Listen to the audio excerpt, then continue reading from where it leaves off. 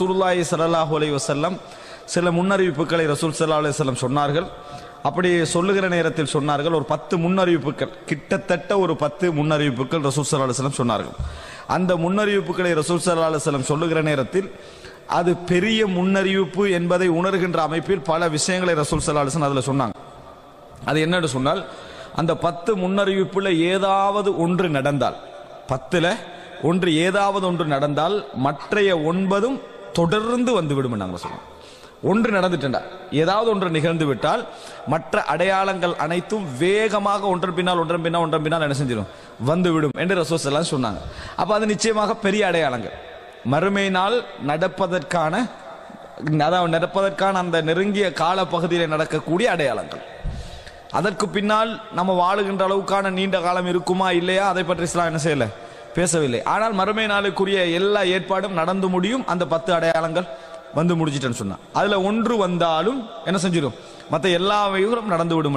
உதாரணமாக ஒரு 2-3 விஷயங்களை சொல்வதாக இருந்தால், ரசூல் ஸல்லல்லாஹு அலைஹி வஸல்லம் அவர்கள் சொன்னார்கள், மஹதி அலைஹிஸ்ஸலாம் அவர்கள் வருவது, யஜூஜ் மஜூஜ் என்கின்ற இனத்தவர்கள், அடைக்கப்பட்டிருக்கக்கூடிய அந்த இனத்தவர்கள் வருவது, அது மாத்திரமல்ல தஜ்ஜால் வெளியாகுவது, ஈசா அலைஹிஸ்ஸலாம் அவர்கள் இறங்கி வருவது, ஒரு நெருப்பு வெளிப்படுவது, அதே போன்று மிகப்பெரிய பூகம்பங்கள், இது போன்ற செய்திகளை ரசூலுல்லாஹி ஸல்லல்லாஹு அலைஹி வஸல்லம் சொன்னார்கள்.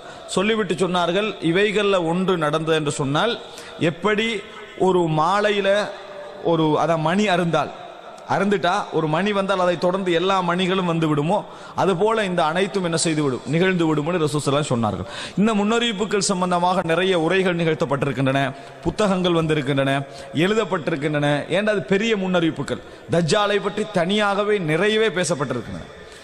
ஆனால் ரசூல் ஸல்லல்லாஹு அலைஹி வஸல்லம் அந்த முன்னறிவிப்புகளை பற்றி சொல்லுகிற நேரங்களில் எல்லாம் சில மறுமையினுடைய அடையாளங்களாக சொல்ற நேரங்கள்லாம் சிறிய முன்னறிவிப்புகள் நிறைய செய்தார்கள். சிறிய முன்னறிவிப்புகள் இந்த 10 அல்லாம எடுத்துக்கொண்டீங்கன்னு சொன்னால் சிறிய முன்னறிவிப்புகள். உதாரணமாக தஜ்ஜாலை ஒட்டி ரசூல் ஸல்லல்லாஹு அலைஹி வஸல்லம் சொன்ன ஒரு செய்தியை சொல்கிறேன். ரசூல் ஸல்லல்லாஹு அலைஹி வஸல்லம் சொல்கிறார்கள், தஜ்ஜால் எப்பொழுது வெளிவருவான் என்று சொன்னால், எப்பொழுது மிம்பர்களில் அவனை பற்றி பேசுவது குறைந்து விடுமோ அப்பொழுது வெளிவருவான். ரசூல் ஸல்லல்லாஹு அலைஹி வஸல்லம் எப்பொழுது மிம்பர்களில் தஜ்ஜாலை பற்றி பேசக்கூடிய காலம் அப்படியே இல்லாமல் போய் தஜ்ஜாலை பற்றிய ஞாபகங்களே என்றைக்கு இல்லாம போகுமோ அன்றைக்கு தஜ்ஜால் என்ன செய்வான், வெளியே வருவான ரசூலுல்லாஹி ஸல்லல்லாஹு அலைஹி வஸல்லம் அவர்கள் சொன்னார்கள். இந்த அடையாளங்களை நம்ம சும்மா நினைச்ச மாதிரி கற்பனை பண்ணி ஒன்றோட ஃபிட் பண்ணி விடுறதில்ல. அப்படி ஒரு பிரச்சனை நடக்குதுங்க. ஒன்றை கற்பனை பண்றது, தங்கம் வெளிப்படும், அரபு தீப உதாரணம், அரபு தீபம் பார்த்தா தங்கம் வெளிப்படும்னா இவனா யோசிச்சு இது பெட்ரோலா தாங்கிக்கும், இது என்னது பெட்ரோலாக தயாரிக்கும், இப்படி சொல்லக்கூடாது. இது ரசூல் ஸல்லல்லாஹு அலைஹி வஸல்லம் இட்டு கட்டுறதுக்கு சமம். அல்லாஹ் சொன்னானா, அப்படி ரசூல் ஸல்லல்லாஹு சொன்னாங்களா, அல்லது அந்த வார்த்தையில் அதுக்கான ஆதாரம் இருக்குதா, அல்லது அதுக்கு சப்போர்ட்டிவான குர்ஆன் ஹதீஸ்கள் இருக்குதா? இல்ல. இல்லாம நம்ம என்ன செய்யக்கூடாது, இதுதான் விளக்க அப்படின்னு சொல்றோம். தஜ்ஜால் யஜூஜ் மௌஜூஜ் என்னன்னு கேட்டா அமெரிக்காவும் யூகேவுமா, அது தெரியுமா உங்களுக்கு? யஜூஜ் மௌஜூஜ் என்னன்னு கேட்டா அமெரிக்காவும் யூகேவுமா. அப்ப இந்த மாதிரி சப்ஜெக்ட் அதுக்கெல்லாம் ஒரு விளக்கம் கொடுத்து என்னது விளங்கப்படுத்திட்டு இருக்கிறாங்க. தஜ்ஜாலை கேட்டா அதுக்கு ஒரு விளக்கம் விளங்கிட்டா, இப்படி இந்த ஜின்னு சைத்தான கிருமிகளாம் விளங்கிட்டா, விளக்கங்களை பார்த்துக்கங்க. தஃப்சீர் எங்க போயிட்டு இருக்க, நம்ம கற்பனை பண்றதுலாம் விளக்கணும், அந்த சொல்லலாம் என்னத்துக்கு? சொல்லுக்கு இல்லாத விளக்கங்களை எல்லா இடத்துலயும் ஏற்க ஆரம்பிச்சானோ அவனுக்கு மொழி பிரயோசனம் இல்லாம போயிடும். நல்லா ஞாபகம், மொழி என்ன செய்யும், பிரயோசனம் இல்லாம போயிடும். ஏன், அவன் எல்லாத்துக்கும் அந்த சொல்ல விளங்க மாட்டானே, மொழி பிரயோசனம் இல்லாம போயிடும். மொழியை விட்டு வேறொரு விளக்கம் நம்ம இன்னொரு இடத்துக்கு போறதா இருந்தா மிக முக்கியமான ஆதாரங்கள் எல்லாம் என்ன செய்யக்கூடாது, நம்ம போகக்கூடாது. ரசூலுல்லாஹி ஸல்லல்லாஹு அலைஹி வஸல்லம் அவர்கள் சொல்கிறார்கள், புகாரி முஸ்லிமிலே வரக்கூடிய செய்தி, அபூ ஹுரைரா ரலியல்லாஹு அன்ஹு அறிவிக்கிறார்கள், லா தகூமுஸ் ஸாஅ, மறுமை நாள் ஏற்படாது, ஹத்தா யுபஅஸ தஜ்ஜாலூன் கذாபூன் கரீபும் மின் 30 குல்லுஹும் யஸ்அமு அன்னஹு ரசூலுல்லாஹ். எப்படி ஒவ்வொரு பாருங்க, அன்னஹு ரசூலுல்லாஹ் இன்னைக்கு ஸல்லல்லாஹு அலைஹி வஸல்லம் சொல்லிடக்கூடாது. ஸல்லல்லாஹு அலைஹி வஸல்லம் சொல்ல வேண்டிய அல்லாஹ்வுடைய தூதரை பத்தி எப்ப சொல்றோம் அப்ப மட்டும் தான் ஸல்லல்லாஹு அலைஹி வஸல்லம் சொல்லணும். இது அதல்ல. எப்படி என்றா, லா தகூமுஸ் ஸாஅ, மறுமை நாள் ஏற்படாது, ஹத்தா யுபஅஸ தஜ்ஜாலூன கذாபூன் கரீபும் மின் 30, தஜ்ஜால்கள் 30 பேர் வருகின்ற வரைக்கும், பொய்யர்கள் 30 பேர் வருகின்ற வரைக்கும் மறுமை நாள் என்ன செய்யாது, ஏற்படாது. குல்லுஹும் யஸ்அம், அவர்கள் ஒவ்வொருவரும் வாதாடுவார்கள், சொல்லுவார்கள், அன்னஹு நபியுன், நான் நபி என்று சொல்வார்கள், அன்னஹு ரசூலுல்லாஹ், நான் அல்லாஹ்வுடைய தூதர் என்று சொல்வார்கள். அதான் ஸல்லல்லாஹு அலைஹி வஸல்லம் சொல்லுவாங்க, அன்னஹு ரசூலுல்லா, நான் தூதர் என்று சொல்லுவார்கள். 30 பேர். எத்தனை பேர்? கரீப் ரசூலுல்லாஹ் சொல்றாங்க 30. அப்படின்னா என்ன? 29 இருக்கலாம், 31 இருக்கலாம். கரீப் அந்த அளவுக்கு என்ன செய்வாங்க? வருவார்கள் என்று ரசூலுல்லாஹி ஸல்லல்லாஹு அலைஹி வஸல்லம் சொல்றாங்க. பாருங்க, நபிக்கு கூட அல்லாஹ் தஆலா செய்தி சொல்ற நேரத்தில் கிட்ட உள்ள செய்தியை என்ன செய்யறான்? கொடுக்குறான். சில இடங்களை மட்டும்தான் கியூரேட் என்ன செய்யறான்? கொடுக்குறான். சில இடங்கள்ல அல்லாஹ் நெருக்கி கொடுக்குறான். நெருக்கி என்ன செய்யறான்? கொடுப்பதை நம்ம பார்க்கிறோம். அன்புள்ள சகோதரர்கள், இந்த இடத்துல பாருங்க 30 நபிமார்கள் நம்ம பார்க்கிறோம். அஸ்வதுல் அனஸ், சஜா, முசைலமத்துல் கத்தாப், இப்படி பொய் நபிகள்லாம் ரசூலுல்லாஹ் காலத்துல ஆரம்பிச்சு என்ன செஞ்சாங்க? பொய் நபி கல்யாணம் வேற செஞ்சாங்க, திருமணம் வேற முடித்து கொண்டாங்க. செய்தியெல்லாம் நம்ம பார்க்கிறோம். ஏன், எதனால வந்தது? ரசூல் ஸல்லல்லாஹு அலைஹி வஸல்லம் இறுதி வெற்றியை பார்க்கறாங்க. ஓ, இது நல்ல ரூட்டா இருக்குதே, இதெல்லாம் நம்ம என்ன செய்யலாம், போகலாம் என்று சொல்லி இப்படி போனா வளரலான்னு பொய்யா நினைச்சிட்டாங்க, தவறா நினைச்சிட்டாங்க. அல்லாஹ் ஒன்றை புரிஞ்சுக்கோங்க, இது அல்லாஹ்வுடைய பூமி. இந்த அல்லாஹ்வுடைய பூமியில அல்லாஹ்வுடைய விஷயத்துல கையடிச்சு எது பெருசாக நடந்தாலும் அல்லாஹ் குறிப்பிட்ட காலம் தான் வைப்பான், அப்புறம் உடைச்சிருவான். அப்புறம் என்ன செய்வான்? ஒட்டச்சிருவான். இந்த உலகத்திலே உடைப்பான். அது அல்லாஹ்வுடைய விஷயத்து உள்ளது.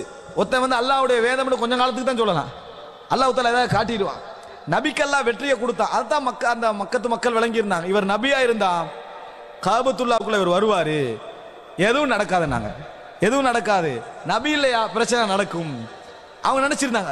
அல்லாஹ் நபி இல்லைன்னா அல்லாஹ் அப்படி தண்டிப்பாண்டு. அப்ப ரசூலுல்லாஹ் சொல்றாங்க 30 பொய் நபிமார்கள் என்ன செய்வார்கள்? தஜ்ஜால் என்ன தெரியுமா? தஜ்ஜில் அப்படின்னா பொய், ஏமாற்று, தந்திர வித்தை, விளங்கிட்டா? இதான் தஜ்ஜில் என்ற. கடைசி யாரு? அவன் தஜ்ஜாலுல் அக்பர், பெரியவர், விளங்கிட்டா?